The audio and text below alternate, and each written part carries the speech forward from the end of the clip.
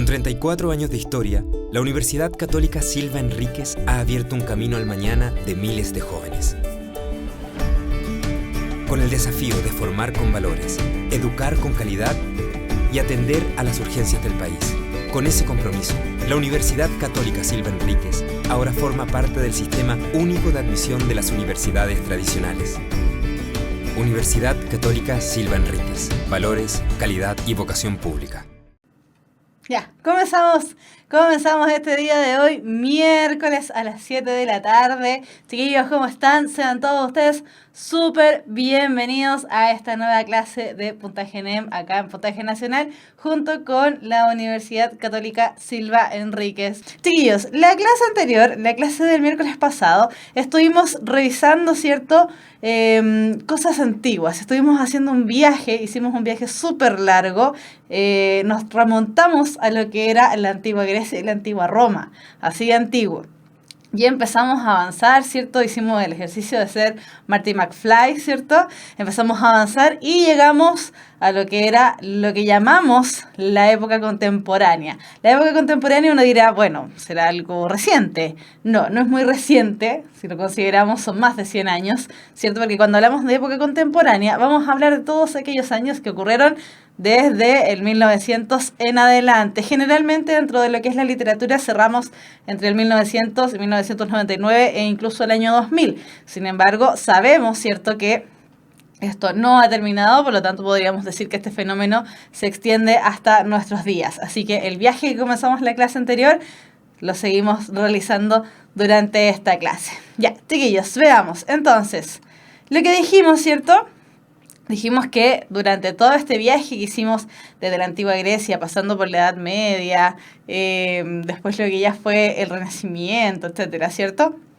Dijimos que hubo varios cambios dentro de lo que es el paradigma artístico dentro del siglo XX y el siglo XXI. Recuerden que cuando hablamos del siglo XX hablamos del año 1900 en adelante, siglo XXI del 2000 en adelante. Dijimos, ¿cierto?, que la subjetividad cobra una importancia inusitada. Todos estos elementos que ya van desde el punto de vista del propio autor, ¿cierto?, desde su creación, de su imaginación, aparecen muy fuertemente dentro de este siglo. Aparece también la irracionalidad, que decíamos, ¿cierto?, dentro de los que eran los periodos y las tendencias literarias, generalmente jugábamos entre lo que era racional e irracional. Dentro del siglo XX y XXI tenemos fuertemente la presencia de lo que es más bien lo irracional. También por eso mismo tenemos más bien el ámbito de la espontaneidad, es decir, que el arte salga, que el arte fluya, porque aquí no solamente estábamos hablando de literatura, sino que estamos hablando de todo lo que es el arte, todas las técnicas narrativas, todas las técnicas pictóricas, todas las técnicas arquitectónicas, de escultura, etcétera, de música, de todas estas cosas. La realidad es múltiple, compleja y confusa. Ya no solamente vamos a tener esta realidad unívoca, es decir, una realidad lineal, sino que aquí vamos a ver los saltos temporales, vamos a ver un montón de cosas que empiezan a aparecer con el tratamiento del tiempo, básicamente, y que eso precisamente aparece de la mano de lo que es la industria del cine, que aparece precisamente en el siglo XX. Después desaparece la seguridad y la fe en el mundo. ¿Por qué ocurrió esto? Precisamente porque lo veíamos, ¿cierto? Decíamos que habían muchos conflictos bélicos. El siglo XX fue caracterizado precisamente por ser un siglo altamente bélico. Si no era por una cosa, era por otra. Tuvimos 2 guerras, hubo una bomba atómica, etcétera, ¿cierto? Y además también apareció muchos adelantos tecnológicos y del punto de vista también de lo que es la ciencia. La ciencia avanzó mucho durante este siglo. Y además tenemos las múltiples perspectivas de la realidad. Ya no solamente hay una realidad, sino que ya nos vamos dando cuenta que somos individuos, ¿cierto?, que tenemos nuestra propia realidad bastante marcada. ¿Qué dijimos también? Que hay algunos fenómenos que influyeron fuertemente dentro de lo que es la literatura, no solamente dentro de la literatura, insisto, también dentro del arte en general, pero como estamos en lenguaje, ¿cierto?, nos vamos a referir más bien a la literatura. Sin embargo, estos fenómenos históricos, ¿cierto?, que si bien son del ámbito del punto de vista de que decíamos bélicos, artísticos, científicos, geográficos, ¿cierto? Porque hubo mucho cambio de país producto de los conflictos bélicos, etcétera. Todos estos elementos influyeron fuertemente dentro de la literatura y del estado de ánimo donde se encontraban los autores, los creadores, ¿cierto? Y por eso mismo, los temas que se van a tratar dentro de esta literatura contemporánea generalmente son bien depresivos. Sobre todo la primera mitad del siglo XX es como... Partimos bien, hasta la burbuja que se reventó en el 1929 y de ahí, boom, para abajo. Estamos súper depresivos en el siglo XX. Entonces, ¿qué es lo que ocurrió? Aparecen temas muy relativos a lo que es la cercanía de la muerte, decíamos, iban caminando, les caían bombas, o sea, súper trágico. El carácter absurdo de la existencia, decían, bueno, ¿para qué voy a vivir? ¿Para qué voy a trascender, cierto? Sí, me voy a morir súper fácil. En la presencia de lo ilógico como opuesto a lo irracional, decíamos, ¿cierto? Perdón, a lo racional. Decíamos que este siglo era un siglo bien irracional desde el punto de vista del arte. La soledad del ser humano como en un mundo hostil. El mundo estaba atacando por todos lados a este ser humano, a este individuo. Por lo tanto, ¿qué es lo que hacía este individuo? Se empezaba a aislar. Tenía que aislarse, tenía que protegerse, tenía que resguardar su vida. Y además... producto de todo aquello, ¿cierto? Y producto también de las innovaciones, ya no solamente desde el ámbito de lo bélico, sino que desde el punto de vista de los adelantos tecnológicos, aparecen las innovaciones en la estructura y la forma de los textos literarios, precisamente porque se empieza aquí a entremezclar todo lo que es la tecnología con el arte, ¿cierto? Aparece el cine, aparece la fotografía más fuertemente, etcétera, etcétera. Y todos estos elementos influyen mucho dentro de lo que es la literatura contemporánea. Si se fijaron en el título de la clase del día de hoy, ¿cierto? Dijimos que vamos a ver las vanguardias literarias y los ismos. Estos ismos que uno dice, bueno, los ismos, pero uno dice, bueno, ¿qué son los ismos? Se llaman ismos precisamente por el nombre que tienen todas estas vanguardias literarias y por cómo termina en el fondo el nombre. Expresionismo, dadaísmo, surrealismo, futurismo, creacionismo. Todos ellos terminan con ismo. ¿Hay más ismos? Sí, hay más ismos, pero todos los que no aparecen nombrados aquí están muy relacionados con alguno de ellos y por eso mismo los vamos a dejar en esos 5. No es que los olvidemos, por ejemplo, no estamos olvidando por ejemplo, el cubismo, por ejemplo, ¿cierto? Y acá en Chile en algún momento fue tan recordado durante cierta época de nuestra historia, donde la gente quemaba libros pensando que eran los libros cubistas, no eran de arte, sino que eran de Cuba. Pero el cubismo está muy relacionado con lo que es alguno de estas vanguardias y por eso mismo no lo estamos nombrando. Además, el cubismo, para hacer la salvedad, el cubismo está más relacionado a lo que es la pintura más que a la literatura. Ya, nos vamos entonces.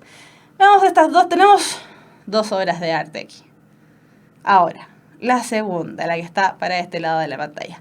¿Será realmente arte? Es un inodoro. Es un urinal. Y aquí, muy hermoso, ¿cierto? Tenemos a la señorita al medio, al caballero ahí pintando este cuadro. De hecho, se conoce esta como la primera selfie de la época. Selfie. Tenemos ahí el juego de las luces, ¿cierto? De las sombras, los colores. Tenemos un arte ahí, el perrito. Y por el otro lado tenemos el urinal. Díganme, chiquillos. Aquí ustedes participan. ¿Cuál de los dos sería considerado arte? Vamos a ver, por ahí dice la espada de Damocles, la amenaza nuclear. Claro, en el siglo XX vivimos constantemente con lo que era la amenaza nuclear. Y bueno, realmente hasta el día de hoy todavía la tenemos ahí presente. Arte pictórico, arte funcional, dice Morrocotudo 007. Sí, podríamos decir que este es un arte pictórico, claramente, es una pintura. Y el otro... sí, arte funcional. Pero ahí dice que ambos son arte, ¿cierto? María Fernanda y Kisi dicen que ambos son arte. Y la verdad es que no están mal. Ambos son arte, efectivamente. Ahora, este segundo artefacto, ¿cierto? Este inodoro, este urinal, en algún momento fue muy controvertido porque no era considerado arte. De hecho, el autor, ¿cierto? Duchamp dijo, bueno, aquí está mi arte. Y todos quedaron así como, ¿qué está pasando aquí? Esto no es arte, esto es un artefacto para orinar. Entonces dicen, no, usted queda inmediatamente descalificado del concurso de arte y nos olvidamos de usted. Sin embargo, lo que él estaba haciendo, ¿cierto? Duchamp, lo que estaba haciendo en este momento era reaccionar frente al arte de la época. Y eso es precisamente lo que ocurre con las vanguardias. Las vanguardias reaccionan con todos estos movimientos, ¿cierto?, que vemos aquí, de esta obra de arte tan bonita, del claroscuro, ¿cierto?, los colores, las formas tan delicadas, la imitación de la naturaleza, la mímesis, ¿cierto? Todos estos elementos desaparecen en las vanguardias y dicen: alto. Nosotros, los vanguardistas, no queremos más de esto, queremos inventar cosas nuevas, somos jóvenes, estamos llenos de vida, así que se acabó. Estamos viviendo un nuevo siglo, tenemos una actitud vital permanente, por lo tanto nosotros con toda nuestra juventud vamos a acabar con lo que había antes. Y por eso mismo, Duchamp dice: bueno, este es mi arte. Y siglos después, siglo XXI, ¿cierto? Y también tiempo después podemos considerar ese elemento, ¿cierto?, como arte, desde el punto de vista de cómo lo interpreta su propio autor. Entonces, como decíamos, las vanguardias literarias, o las vanguardias estéticas en realidad, porque aquí estamos hablando del arte en general, las formas estéticas anteriores, como decíamos, del siglo XX, ¿cierto?, todo lo que apareció antes, el realismo, naturalismo y todo para atrás, estaban agotando, decían: ya basta, basta. De hecho, fíjense en la imagen de estas dos señoritas acá. Una es un retrato dibujado y el otro ya es una fotografía. Y ambos pertenecen a lo que es más o menos el siglo XVIII y uno del siglo XVII, si no me equivoco. Pero ambas están vestidas bastante similares, es decir, ni la moda había avanzado mucho. Pero ya después, en el siglo XX, esta juventud desfocada con toda esa actitud vital, ¿cierto?, dicen: basta, se acabó. Todo lo estético, todo lo que consideraban bello, todo lo que consideraban bonito, todo lo que consideraban que movía sentimientos en nosotros los receptores, se acabó. No queremos más. Por eso mismo, las formas estéticas se agotaron, se acabaron, se repitieron, basta. Entonces, ¿qué es lo que ocurre? Esto no solamente se aprecia dentro del arte, dentro de la sociedad. Los jóvenes, ¿cierto?, también estaban diciendo: bueno, nosotros no queremos ser igual que nuestros papás, no queremos más matrimonios arreglados, las mujeres queremos votar, ya basta con el tema de que la esclavitud, por ejemplo, etcétera. Todo eso ya se agotó, no queremos vivir más así. Somos jóvenes, somos revolucionarios. Entonces, dentro de este mundo, ¿cierto?, del siglo XX, con toda su actitud nueva, de siglo nuevo, ¿cierto?, ¿qué es lo que aparecen? Las vanguardias. Las vanguardias aparecen del término avant-garde, que es el término que se toma, es un término francés que se toma de la primera línea de batalla.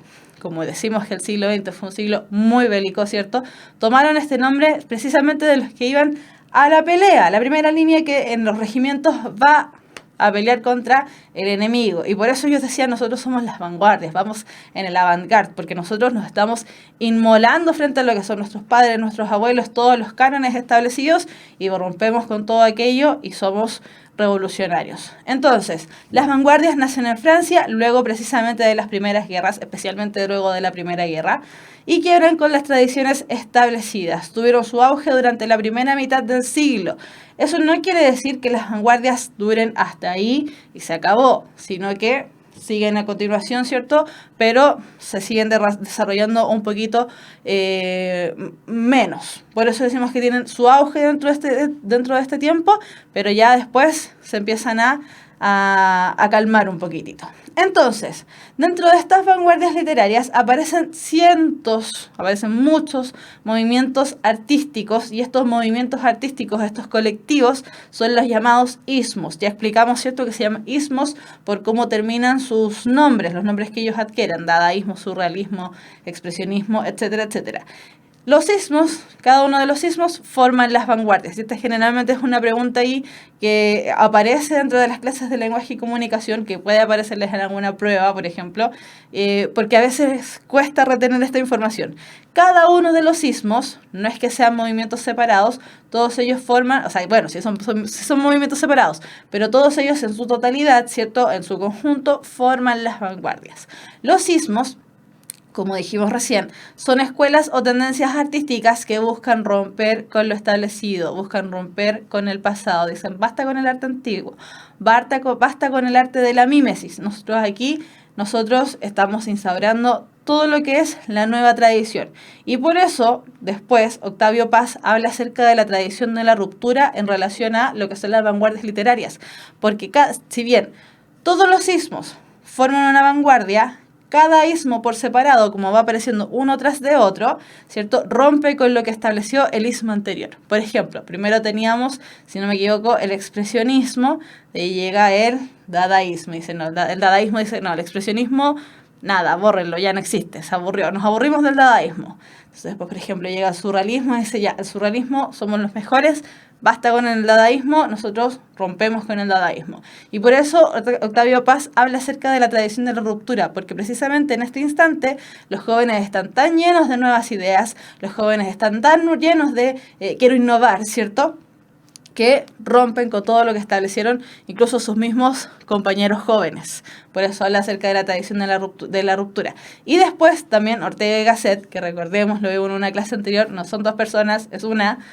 Ortega y Gasset habla acerca de la deshumanización del arte, precisamente porque ya aquí ni siquiera los que estaban correspondiéndose a los ismos, ¿cierto?, decían, no, ya se acabó tu arte, empezamos con el mío. Se empieza a eliminar un poco esta tradición acerca de presentar al humano, presentar la mímesis, presentar los elementos correspondientes, ¿cierto?, y empiezan a desaparecer ciertos elementos artísticos. ¿Qué características tienen los ismos? Primero, y esto es lo primero de lo primero de lo primero, porque es así, los ismos, el propósito que buscan es fundar un arte nuevo, romper con toda la tradición que venían de atrás, rechazaban todo lo académico, todos los cánones establecidos, lo que es estructurado, lo formal y lo clásico. Por eso, cierto, decíamos que el siglo XX, especialmente dentro de la literatura, por ejemplo, aparecen todas estas nuevas técnicas que rompen con la estructura formal de introducción, desarrollo y conclusión. Aquí aparece precisamente eso, ¿cierto?, de que rechazan ese elemento y empiezan a proponer ideas nuevas. Después, los artistas funcionan como colectivo interdisciplinario que comparte una forma de ver el arte y la sociedad. ¿Por qué hablamos de artistas interdisciplinarios? Porque, por ejemplo, en el surrealismo nos vamos a encontrar con que muchos artistas ya no solamente son pintores, sino que también son fotógrafos o son escultores o son cineastas, por ejemplo.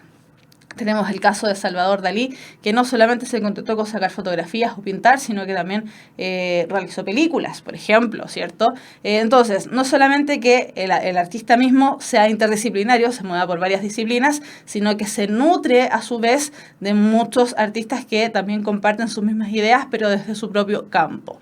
Después, la libertad de expresión, la alteración y la mezcla de las estructuras formales del arte. Precisamente por lo que hablábamos, los ismos, las vanguardias literarias, tienen una actitud vital juvenil. Por lo tanto, necesitan la libertad de expresión. Rompen, ya se olvidan de los temas tabú, ¿cierto? Y aparece mucho el erotismo dentro de lo que es el arte, porque dicen ya, nuestros padres tenían muchos tabús incorporados, tenían por ejemplo, los cánones, los lineamientos religiosos muy incorporados, nosotros vamos a romper un poco con eso, vamos a ser más libres, vamos a ser más espontáneos, y empiezan también a alterar y a mezclar las estructuras formales, por lo que decíamos recién, ¿cierto? Estos ismos son colectivos interdisciplinarios, por lo tanto se nutren, la literatura, el arte, se nutre de nuevas formas y de otras formas también. Después, otra de las características es, buscan que el espectador asuma una posición activa en el arte, utilizando provocaciones y lenguaje agresivo, lo que mencionábamos recientemente con el urinario de Duchamp, ¿cierto? Que si bien nosotros lo vemos y decimos, bueno, sí, es arte, es postmoderno, ya, ok. Para la época fue totalmente revolucionario, la gente de la academia lo llamó loco, le llamó un montón de otros epítetos porque estaba pretendiendo pasar eso por arte. Entonces, buscaban que el espectador no solamente mirara la obra de arte, sino que se conmoviera y se diera cuenta que detrás de esa obra de arte había un mensaje. Por lo tanto, las vanguardias literarias, lo principal y cómo podemos englobar todas estas características es con la juventud, con su actitud de vida, su actitud de ser jóvenes. De hecho, después varios ya no eran tan jóvenes, ¿cierto? Cuando estábamos hablando de jóvenes, incluso estábamos hablando de adolescentes. Después de esos adolescentes empezaron a pasar los años, llegaron a los 50 en algún momento, pero todavía tenían esa actitud vital de juventud, de aquí vengo yo, que esta es mi arte y quiero romper con lo que estaba anteriormente.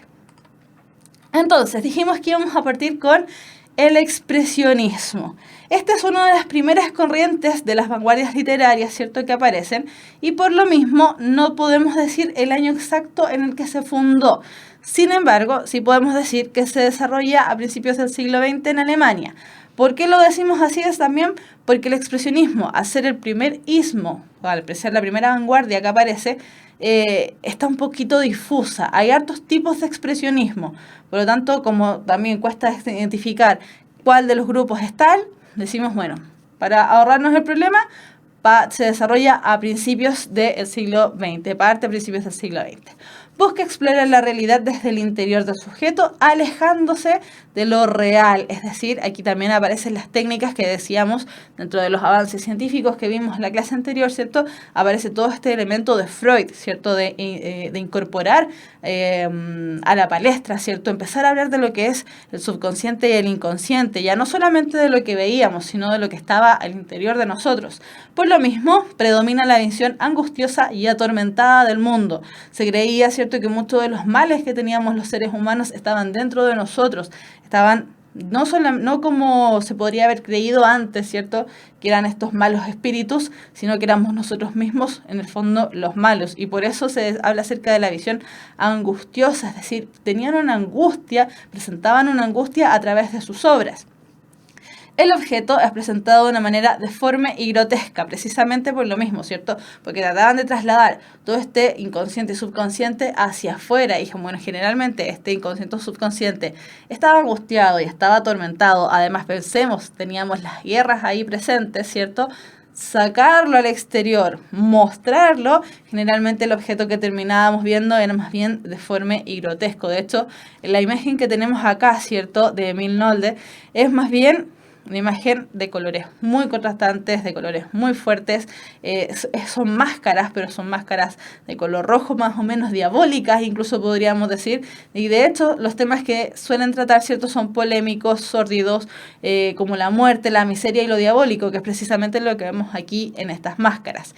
El tema, ¿cierto?, de los colores, de cómo están retratadas las líneas, si se fijan, y lo comparamos con el cuadro de Velázquez que vimos al inicio, donde decíamos que aparece la primera selfie del mundo. El cuadro de Velázquez, las líneas estaban muy marcadas, los elementos estaban muy definidos, ¿cierto? Aquí no. Incluso las líneas ni siquiera son delgadas ni cuidadas, sino que son más bien gruesas y medias grotescas, ¿cierto? Ahí está. Y aquí tenemos el clásico, más clásico de lo que podríamos considerar el expresionismo, que si bien otros dicen, no, la verdad es que Kafka no es considerado expresionista, este libro, dentro de sus características, lo podríamos considerar dentro de esta vanguardia. Este ejemplo lo sacamos del libro La Metamorfosis de Franz Kafka, y este dice así: cuando Gregorio Samsa se despertó una mañana después de un sueño intranquilo, se encontró sobre su cama convertido en un monstruoso insecto.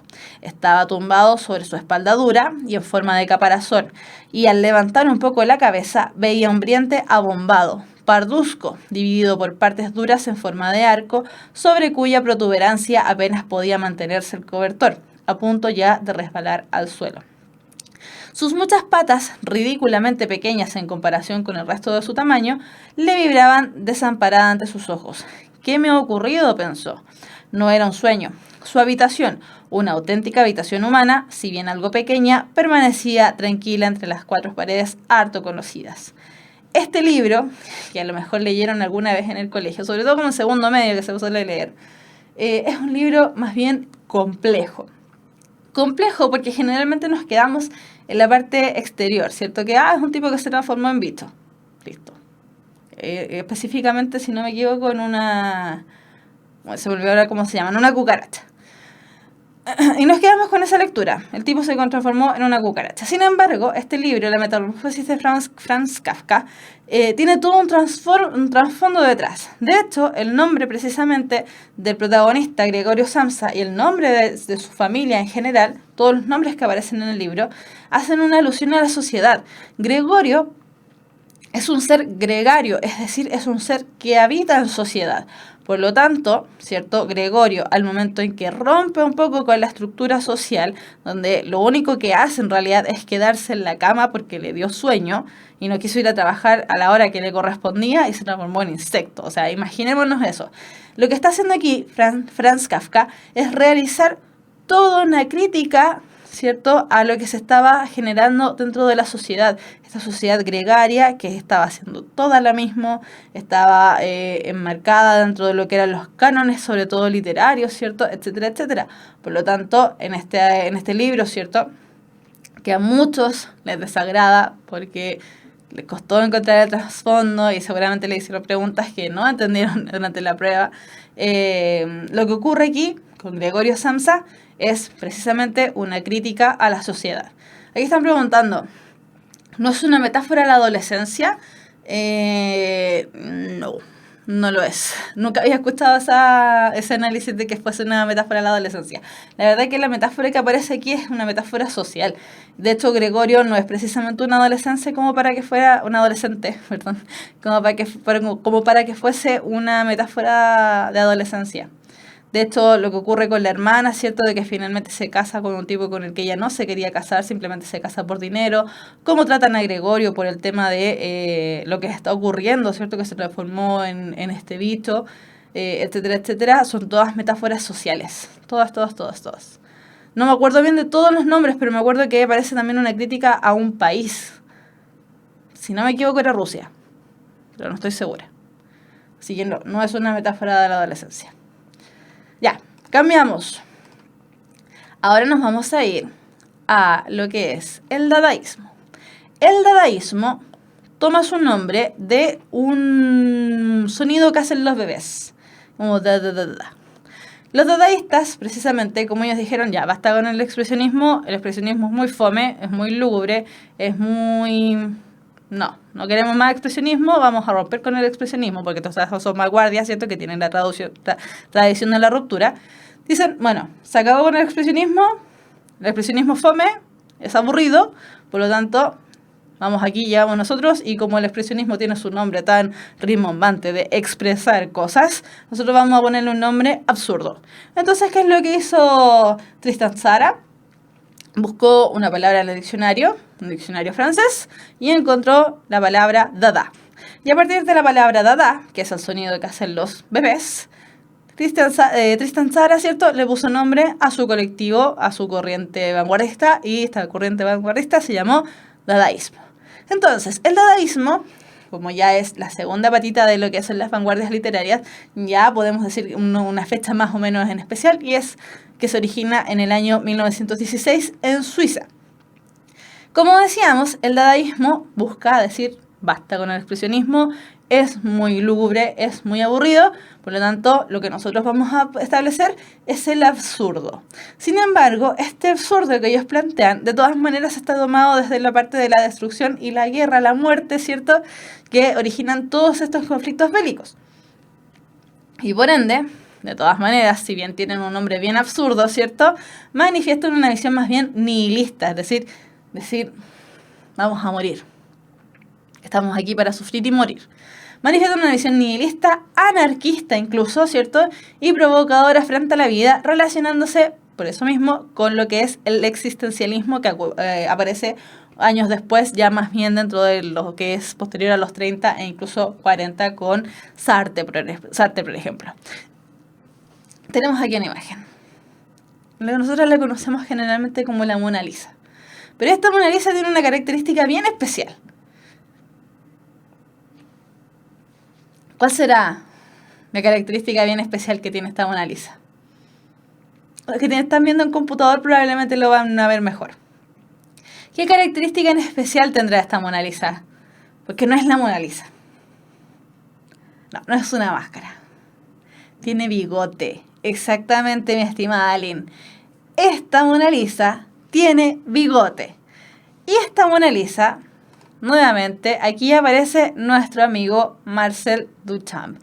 Esta Mona Lisa es del año 1919, es decir, muchísimo después de la Mona Lisa original. Pero él la plantea como una obra de arte propia y dice, yo estoy presentando a la Mona Lisa con bigotes. Por lo tanto, ahí se aprecia, ¿cierto?, el absurdo de este movimiento dadaísta. Tiene bigote y barba, como dice Anais. No, Kissy Anais. Efectivamente tiene bigote y barba. Entonces, ¿qué es lo que hace? Duchamp ya había presentado su obra, del urinario, ¿cierto? Y ahora nos presenta a la Mona Lisa con bigotes. Lo que hizo años después, tomó su Mona Lisa con bigotes, la deconstruyó y dice, bueno, ahora les voy a presentar a la Mona Lisa sin bigotes. Y lo único que presentó fue una copia de la Mona Lisa original.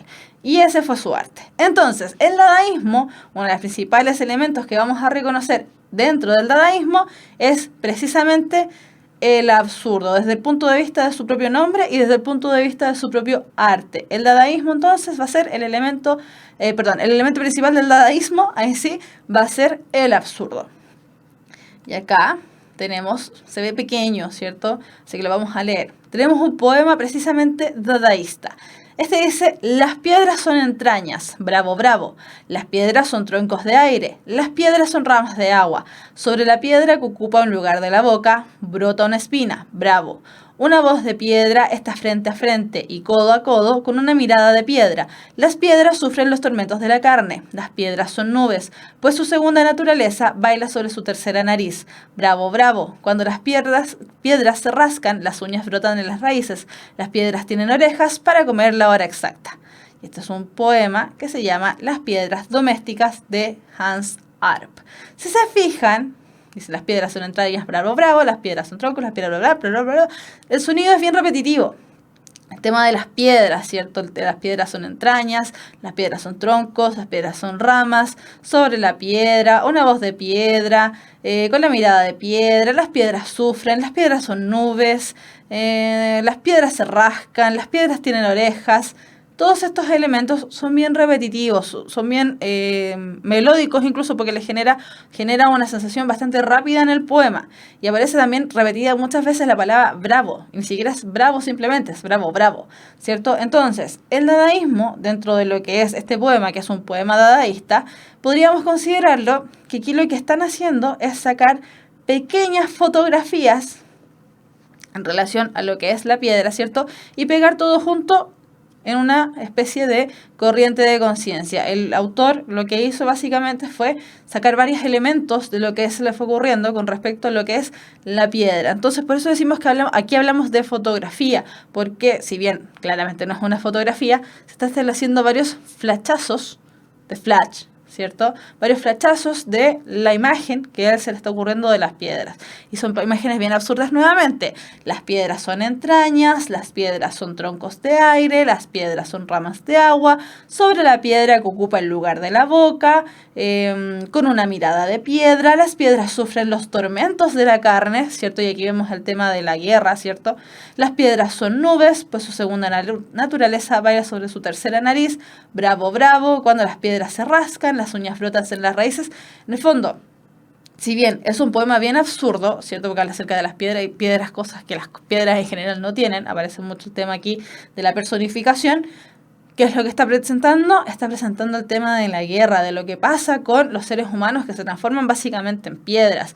Y por eso dice bravo, bravo, porque está diciendo, bueno, lo lograron, mataron a toda esta gente. Por lo tanto, considerando, ¿cierto?, el contexto de producción, considerando el contexto de recepción, elementos que vimos en la clase anterior, podemos decir que este elemento de las piedras son precisamente seres humanos. Después, el surrealismo, que es tan conocido, incluso este cuadro es bien conocido porque aparece varias veces en Los Simpson. El surrealismo se origina en 1924 y su principal exponente es André Breton.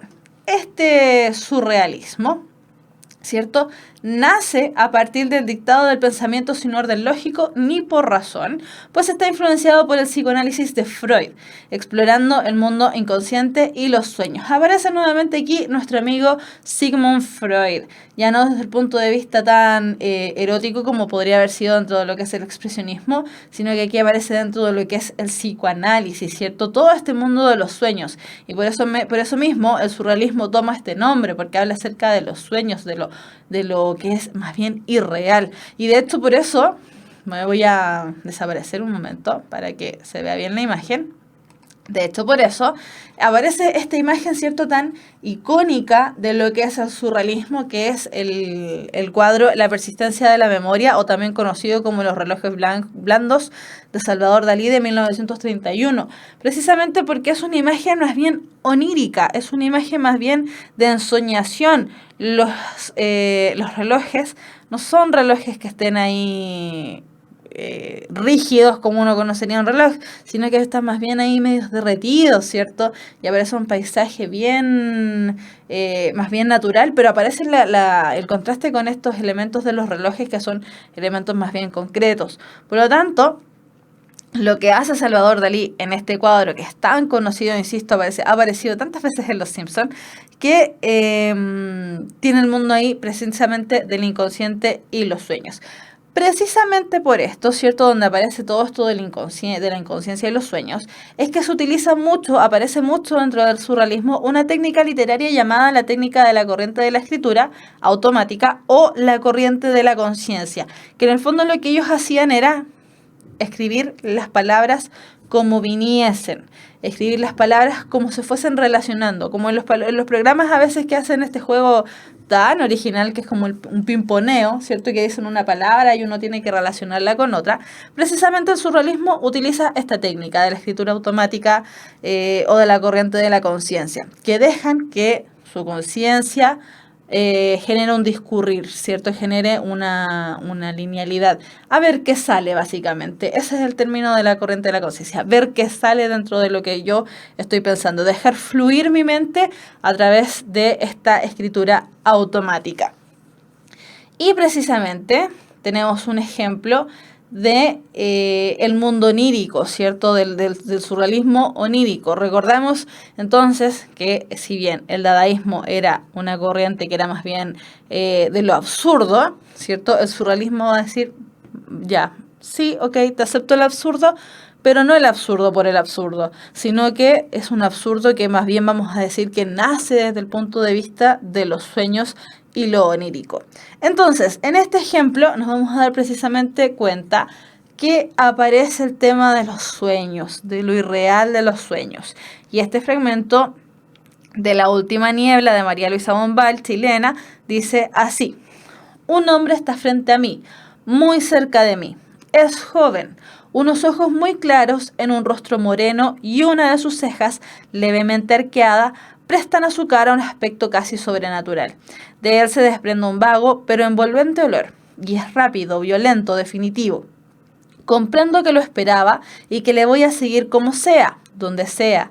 Le echo los brazos al cuello y él entonces me besa, sin que por entre sus pestañas las pupilas luminosas cesen de mirarme. Ando, pero ahora un desconocido me guía. Me guía hasta una calle estrecha y en pendiente. Me obliga a detenerme. Tras una verja, distingo un jardín abandonado.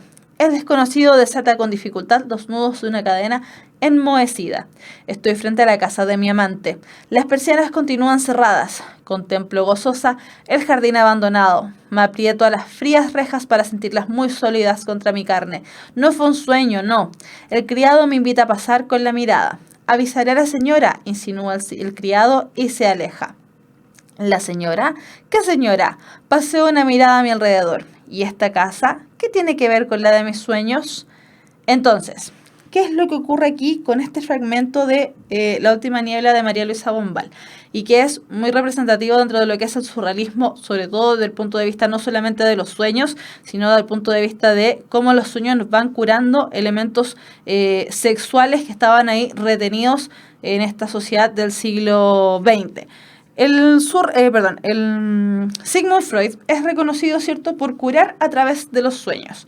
¿Cómo curaba él? Decía, bueno, cuénteme su sueño, a ver qué es lo que pasa. Y finalmente él llegaba a la conclusión de que todos los problemas que tenían las personas eran problemas de índole sexual. Le encantaba llegar a ese tema. Entonces, precisamente en este fragmento de La última niebla y en el cuento, en el libro en general de La última niebla, vemos a una narradora, ¿cierto?, en primera persona, que tiene precisamente problemas sexuales. Y desde ese punto de vista, La última niebla es un libro muy muy surrealista y muy vanguardista para la época.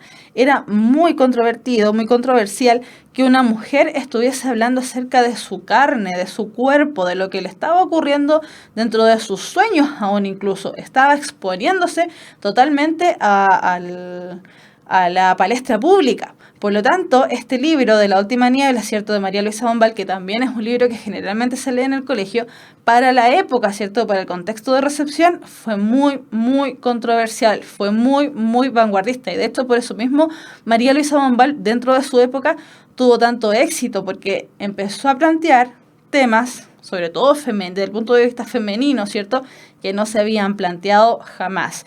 El tema de los sueños, el tema de su propia sexualidad. Por lo tanto, este surrealismo, ¿cierto?, tuvo gran énfasis en la narrativa de lo que es María Luisa Bombal. Bien, después nos vamos a otro elemento, que es el futurismo. Fíjense ahí en los colores, en lo que ocurre con este cuadro, ¿cierto?, que llamado La calle entra en la casa, de Umberto Boccioni, ¿cierto? A ver, se me va el mouse. Ahí está. Ya, el futurismo, recuerden, chiquillos, estamos hablando acerca de la tradición del impacto, de ir rompiendo, ¿cierto?, las estructuras. El futurismo llega precisamente a oponerse al surrealismo, es decir, ya basta con los sueños. Me aburrí de los sueños, me aburrí de Freud, me aburrí de todo. ¿Qué es lo que quiero yo? Ver el futuro. Quiero presentar el futuro, quiero presentar las máquinas, toda esta revolución industrial que estábamos viviendo, ¿cierto? Entonces, el futurismo nace alrededor de los años 1909 en Italia. Alrededor, ¿cierto? Insisto, lo de los años es bien confuso. Establecer un año directo cuesta un poquitito. Entonces, el futurismo, como decíamos, nace en 1909 en Italia, precisamente un lugar donde aparecen nuevamente mucho los autos, toda esta tecnología de la mecánica, ¿cierto? Y el incentivo que tuvo el futurismo es precisamente los adelantos tecnológicos de la época. El auto, el avión, los grandes buques como el Titanic, ¿cierto? Etcétera, etcétera, etcétera. Ellos celebraban la belleza de la velocidad, por lo que sus obras provocan sensación de rapidez y de vértigo. Este cuadro, ¿cierto? Esta obra se llama La calle entra en la casa. Calle entra a la casa, no la casa sale a la calle. Aquí, si ven, las imágenes están como bien sobrepuestas uno de otro, precisamente porque se aprecia ahí un poco el tema de la velocidad. De hecho, aquí, ahí sí. Aquí aparece un señor ahí como casi volando, porque quizás qué pasó con la calle, ¿cierto? De hecho, lleva como un carrito de fruta o de verdura, no sé qué lleva, aparecen tomates, pero aparece casi como volando porque está en la calle con mucha rapidez, con mucha velocidad. Y por eso mismo el futurismo lo que exalta básicamente es el futuro, ¿cierto? Renegando del pasado y de lo convencional. Las vanguardias, decíamos, llega para romper lo establecido, el canon establecido. Esta vanguardia, ¿cierto? Este futurismo rompe ya incluso con lo que estaban planteando sus amigos anteriores del surrealismo, el dadaísmo, el expresionismo, y dice, ya basta con el tema de Freud, aburrámonos un poquitito y veamos esto que estamos viviendo. Estamos viviendo el siglo de la revolución industrial, estamos viviendo el siglo de la revolución tecnológica, de la revolución de las máquinas. Centrémonos en eso, centrémonos en el tema tecnológico y de las máquinas, etcétera.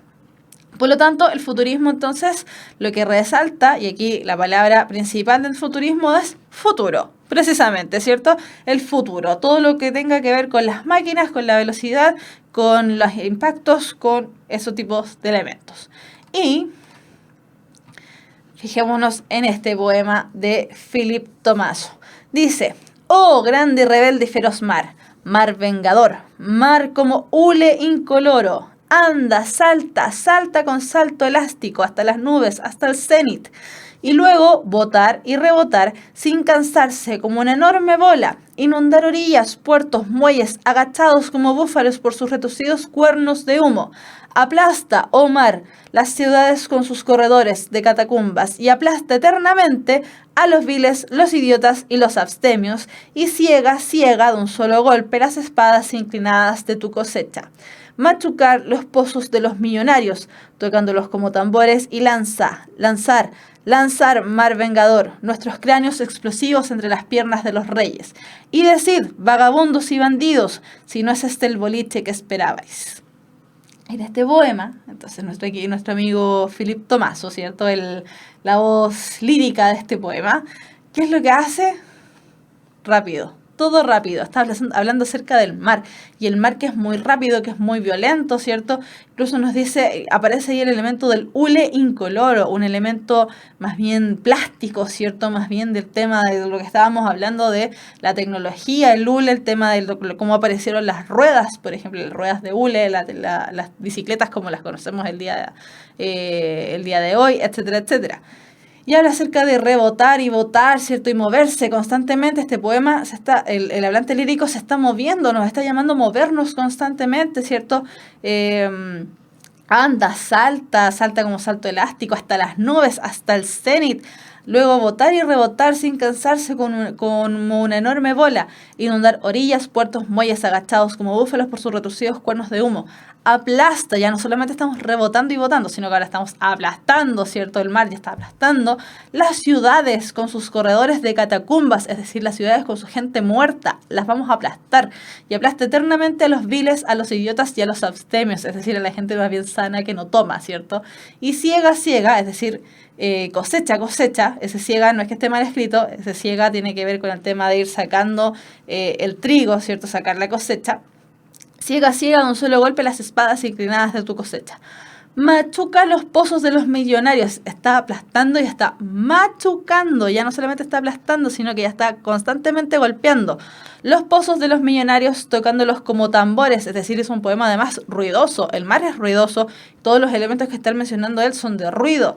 Machuca los pozos de los millonarios tocándolo como tambores. Y lanzar, mal vengador, nuestros cráneos explosivos entre las piernas de los reyes. Es decir, el hablante lírico incluso él mismo va a explotar. Se va a entregar, ¿cierto?, a la explosión. Y decid, vagabundos y bandidos, si no es este el boliche que esperabais. Es decir, ya está diciendo, bueno, no querían ruido, no querían bulla, no querían futurismo, no querían elementos tecnológicos, no querían esto. Bueno, aquí tenemos todo esto presente para ustedes.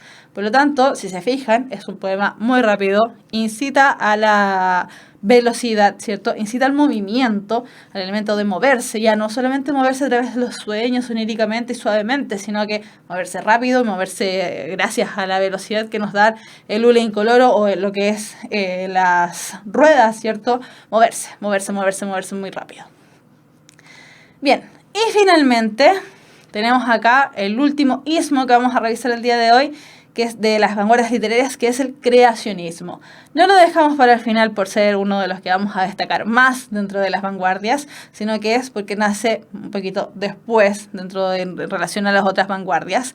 El creacionismo es un movimiento creado por un chileno. Este chileno se llama Vicente Huidobro. Durante muchísimos años hubo una polémica acerca de cuál fue realmente el autor del creacionismo, quién fue el que dijo, bueno, voy a crear mi propio movimiento vanguardista y le voy a llamar creacionismo. Vicente Huidobro dijo, yo fui. Después llegó un caballero, que era un amigo de él, que se llamaba Pierre Reverdy, y dijo, no, tú dejas de hacerme amigo en este instante, porque tú no eres el creador del creacionismo, estás mintiendo, yo soy el verdadero creador del creacionismo. Parece trabalengua. Sin embargo, esta polémica se zanjó hace no mucho tiempo, precisamente porque se descubrió que uno de los poemas, el poema precisamente que da inicio al creacionismo del libro, que es el libro El espejo en el agua, de Vicente Huidobro, apareció como 2 años antes del poema que supuestamente planteaba Pierre Riverde, que decía, no, yo soy el creador del creacionismo. Por lo tanto, el creacionismo es creado por este chileno Vicente Huidobro. El creacionismo promueve la independencia del arte. Dicen, ya, se acabó todo, se acabó la mimesis, se acabó todo, nosotros aquí somos los pequeños dioses creadores. Ya no vamos a tomar más lo que dice la naturaleza, ya no vamos a tomar más los elementos de copia, ¿cierto? Aquí lo que vamos a hacer es crear. Por eso se llama creacionismo.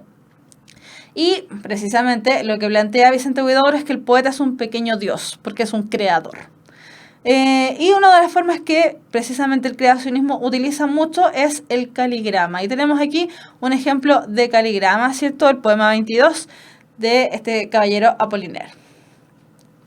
Bien, y este poema, este arte poética de Vicente Huidobro, es precisamente donde Vicente Huidobro rescata, recalca y dice que se acabe todo.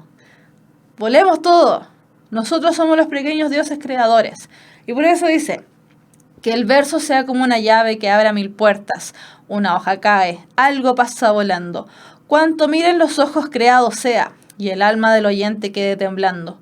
Inventa mundos nuevos y cuida tu palabra. El adjetivo, cuando no da vida, mata.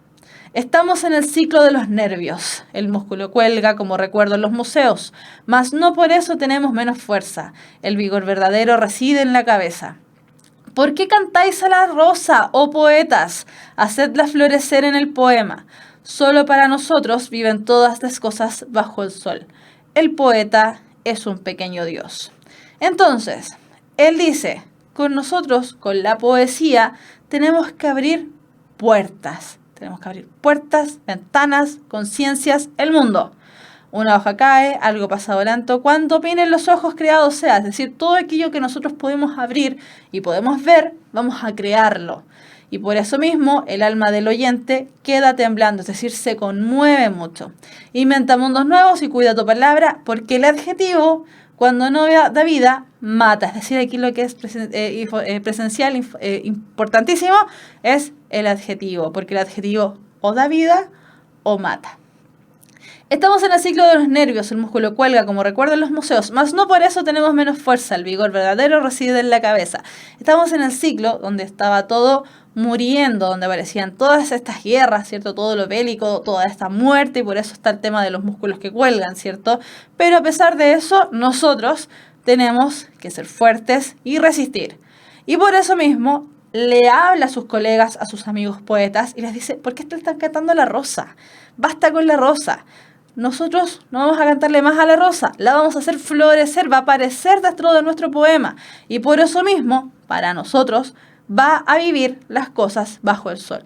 Y por eso mismo, y por ende de todo lo que había estado hablando él antes en su arte poética, puede concluir él, Vicente Huidobro, que el poeta es un pequeño dios. Tenemos que sentirnos orgullosos, chiquillos, de que este creacionismo que se estudia en tantas partes del mundo haya sido creado por Vicente Huidobro. Independiente de la vida que haya tenido Vicente Huidobro, que fue bien polémica, orgullosos, igual.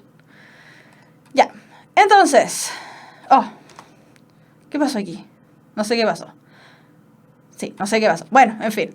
El tema es que las vanguardias, ¿cierto?, fueron muy criticadas posteriormente. Teníamos que las vanguardias rompieron con todo lo establecido, ¿cierto? Pero, ¿cuál fue el problema? Fue que las vanguardias fueron consideradas en muchos momentos arte para minorías. La gente generalmente no entendía muy bien las vanguardias porque precisamente las vanguardias era un arte joven, era un arte que venía a romper con lo establecido, bla, bla, bla. El tema es que se consideró que las vanguardias eran muy elitistas y muy aristocráticas. De hecho, el mismo Vicente Huidobro era una persona de mucho dinero y mucho renombre acá dentro de Chile. Por lo tanto, se consideraba que el lenguaje que utilizaban no llegaba fácilmente a las masas. Y esto, precisamente, a los vanguardistas no les importaba mucho, ¿cierto? Decían, bueno, ya, no importa, si nosotros somos aquí los importantes, nosotros aquí somos los creadores, somos los surrealistas, somos los expresionistas, somos los dadaístas, no importan los demás. Nosotros estamos creando lo que se conoció en algún momento como el arte por el arte para embellecer nuevamente al arte. Y por eso se le considera que alguna de las críticas que se puede hacer a este sistema de las vanguardias es el hermetismo, precisamente porque es el lenguaje que utilizan, ¿cierto?, o los elementos que utilizan para crear sus vanguardias dificultaban mucho la comprensión y huye de la referencia exacta, es decir, el arte en sí mismo, ya sea poema, ya sea pintura, ya sea escultura, no retrata fielmente la realidad. Por eso mismo se dice que huye de la referencia exacta. Y eso le molestaba mucho a la gente porque decía, bueno, cuesta entenderlo, ¿cierto? Después tenemos la autosuficiencia del arte, la pureza y la autenticidad. Lo que decíamos recientemente, el tema de el arte por el arte. Que como que el arte fuese una cosa ahí media vacía, ¿cierto? Y por eso mismo también aparece el tema de la incoherencia lógica, la predominancia del subconsciente de los sueños. La gente planteaba que los sueños eran muy personales, por lo tanto no debían ser expuestos de la manera en la que fueron expuestos. Sin embargo, nos damos cuenta, ¿cierto?, que el tema del psicoanálisis de Freud avaló todo este elemento. Y además otro de los elementos que ahí pareció, no sé qué ocurrió con esta diapositiva, la trascendencia y la vaguedad. El arte, ¿cierto?, creado en la vanguardia, pensaron en algún momento, de hecho estas críticas no son críticas recientes, son críticas antiguas de 1960 por lo menos, consideran que el arte vanguardista no iba a trascender, no iba a llegar muy lejos. Sin embargo, lo estamos estudiando el día de hoy y vemos que elementos, ¿cierto?, como el urinal de Duchamp han sido creados y recreados y vueltos a recrear, ¿cierto?, a través de la deconstrucción por otros autores. Por lo tanto, podemos decir y afirmar que las vanguardias literarias o las vanguardias artísticas hasta el día de hoy existen. Ya, y para ir concluyendo todos estos elementos vanguardísticos, vamos a dejar una recomendación, una película llamada Medianoche en París. Es una película del año 2011, dirigida y escrita por Woody Allen, este autor neoyorquino que tiene tantas películas, tantos exitazos. Son películas muy buenas. Y esta película precisamente fue ganadora del Oscar al mejor guión original, pero incluso estuvo recomendada para ganar la mejor película. Entonces, esta película precisamente retrata aquellos locos años 20 y todos los elementos vanguardistas que aparecen en este principio de siglo. Por lo tanto, si quieren conocer más acerca de las vanguardias, si se quieren interiorizar más acerca de cómo era la vida de los artistas y estos colectivos interdisciplinarios que dijimos que aparecen conocidos como los ismos, vean esta película, es muy buena, como dicen por ahí en el chat. Catalina que está diciendo es muy buena. Y está en Netflix, para los que tengan Netflix pueden verla ahí. Así que recomendadísima, muy buena, van a aparecer muchos autores, muchos escritores, muchos artistas pictóricos, escultores, cineastas, etc. Así que recomendadísima, chiquillos, para que la vean y se interioricen más en este mundo de los locos años 20 que dijimos. Todavía estamos haciendo este viaje al pasado. Ya, nos vamos con la última parte de la clase, que es la actividad. Son preguntas de selección múltiple, por lo tanto, lo que tenemos que hacer es seleccionar la alternativa correcta. No sé qué está pasando aquí con estas diapositivas. Ya, en fin, se considera literatura contemporánea, lo vimos en la clase anterior, la literatura nacida durante el siglo de oro español, la literatura nacida junto con el cine, la literatura que es posible de ser representada a través de los radioteatros, la literatura nacida durante el siglo XX o la literatura que mezcla los tres grandes géneros, el narrativo, el lírico y el dramático. ¿Qué será considerado literatura contemporánea? Dicen que es la D. Vamos a ver inmediatamente si es la D, porque efectivamente es la D. Cuando hablamos de literatura contemporánea, chiquillos, dijimos, ¿cierto?, que nos vamos a referir a toda aquella literatura que nace a partir del siglo XX, que rompe con todo lo establecido, que dice ya basta. Basta con la mímesis, basta con la naturaleza, el poeta es un pequeño dios. Tenemos a la literatura nacida durante el siglo XX. No cerramos el siglo, insisto, se considera que la literatura contemporánea sigue hasta el día de hoy. Sin embargo, a términos prácticos, más o menos supuestamente termina en el 1999, en términos prácticos, pero sabemos que continúa hasta el día de hoy. Ya, no vamos a decir solamente así. El o los hechos históricos que marcaron el siglo XX fueron conflictos bélicos, la caída de las Torres Gemelas en Estados Unidos, la aparición de las fuerzas de la juventud, el incentivo a las mujeres para formar parte de la vida pública y laboral. 1, 2, 3, 4. ¿Cuáles de ellos corresponderán a los elementos que marcaron el siglo XX? Unos de los tantos, o algunos de los tantos. Los conflictos bélicos, ¿serán elementos que marcaron la historia del siglo XX? La caída de las Torres Gemelas en Estados Unidos, ¿habrá sido un elemento que marcó el siglo XX? La aparición de la fuerza de la juventud y toda su actitud vital, ¿será? Incentivo a las mujeres para formar parte de la vida pública y laboral.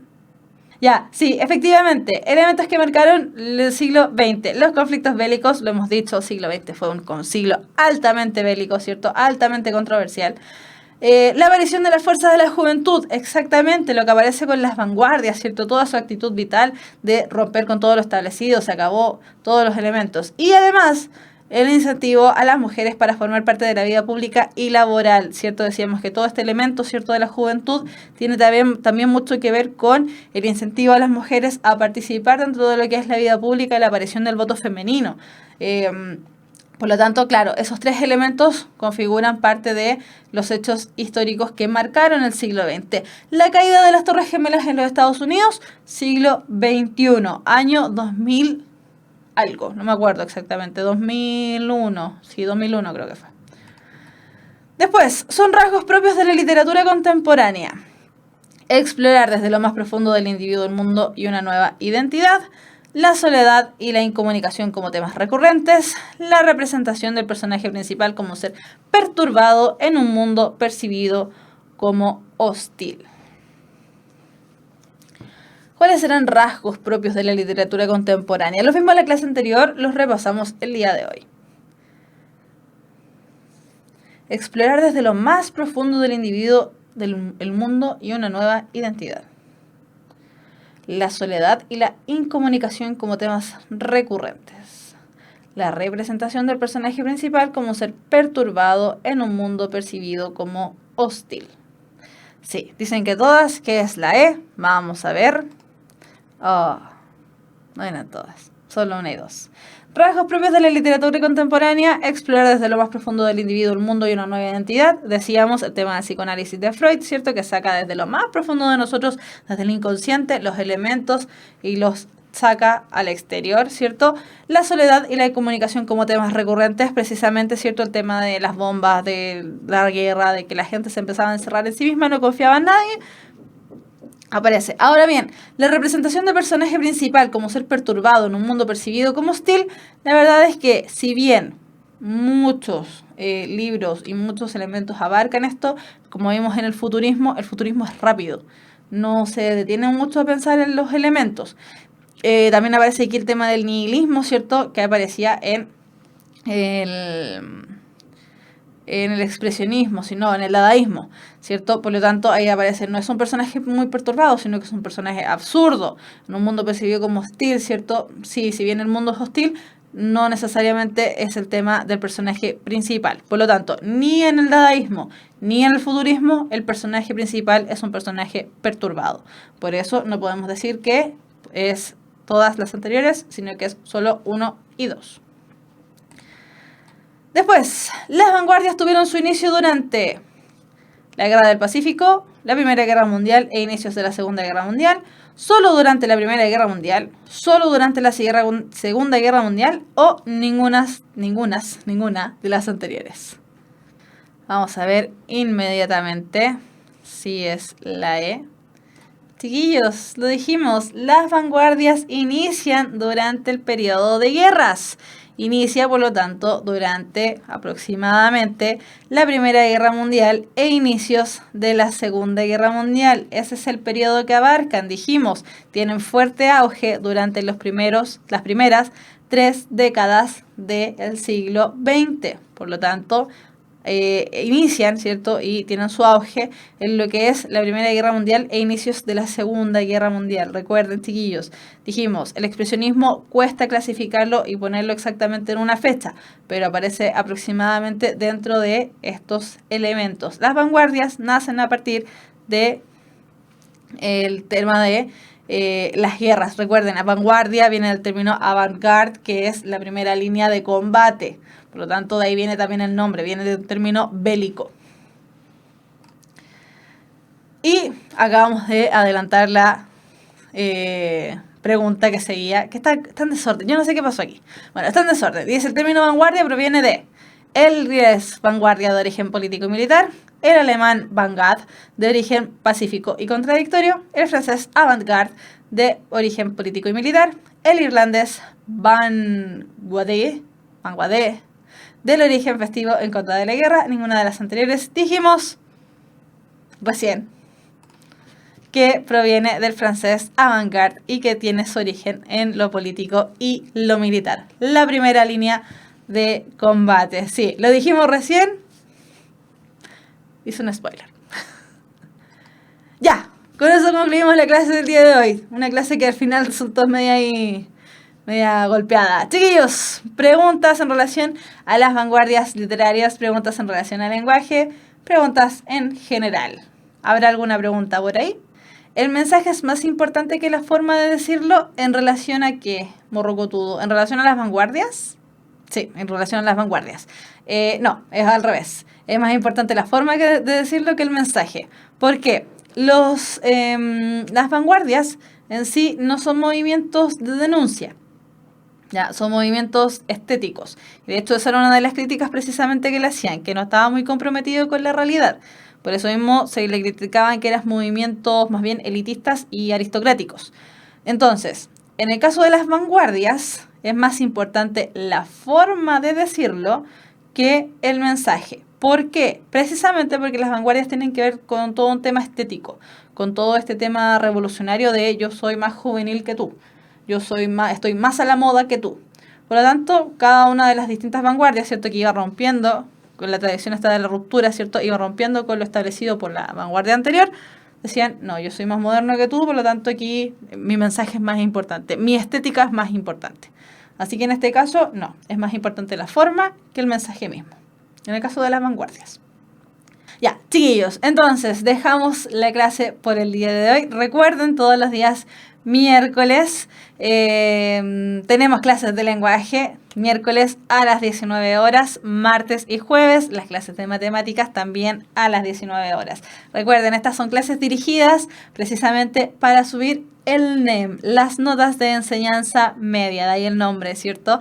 Por eso mismo están dirigidas más bien a cuarto medio. Los contenidos que estamos viendo son contenidos de cuarto medio. Eso no quiere decir en ningún caso que estén excluidos los más chiquititos o los más grandecitos que ya salieron hace algún tiempo del colegio. Y precisamente para los que preguntan ahí a veces, estos contenidos sirven para nutrirse como persona y sirven también para tener mejor comprensión de lectura. Ya, chiquillos, que les vaya súper bien.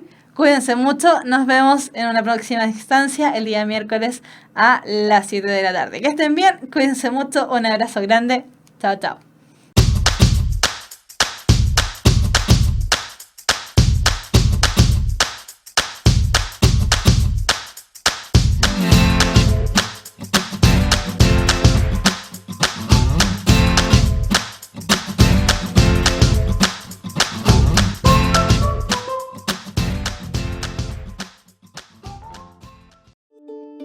Con 34 años de historia, la Universidad Católica Silva Enríquez ha abierto un camino al mañana de miles de jóvenes. Con el desafío de formar con valores, educar con calidad y atender a las urgencias del país. Con ese compromiso, la Universidad Católica Silva Enríquez ahora forma parte del Sistema Único de Admisión de las Universidades Tradicionales. Universidad Católica Silva Enríquez. Valores, calidad y vocación pública.